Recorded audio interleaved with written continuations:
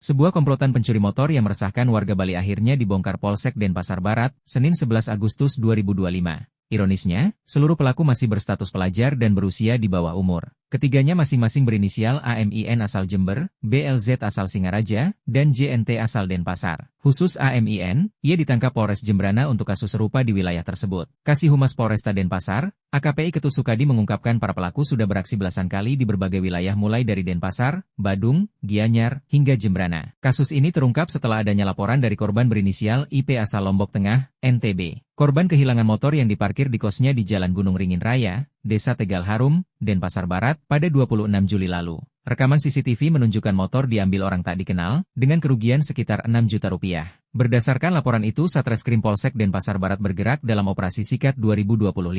Dua pelaku berhasil diringkus di rumah temannya di kawasan Jalan Tukat Balian, sementara AMIN ditangkap di Jembrana. Polisi juga mengamankan motor hasil curian. Dari interogasi ketiganya mengaku sudah beraksi di 15 lokasi berbeda. Motor hasil curian dijual ke seseorang berinisial P seharga 1,2 juta rupiah. Polisi kini memburu P yang diduga sebagai penadah. Para pelaku dijerat pasal 363 KUHP tentang pencurian dengan pemberatan, dengan ancaman hukuman maksimal 7 tahun penjara.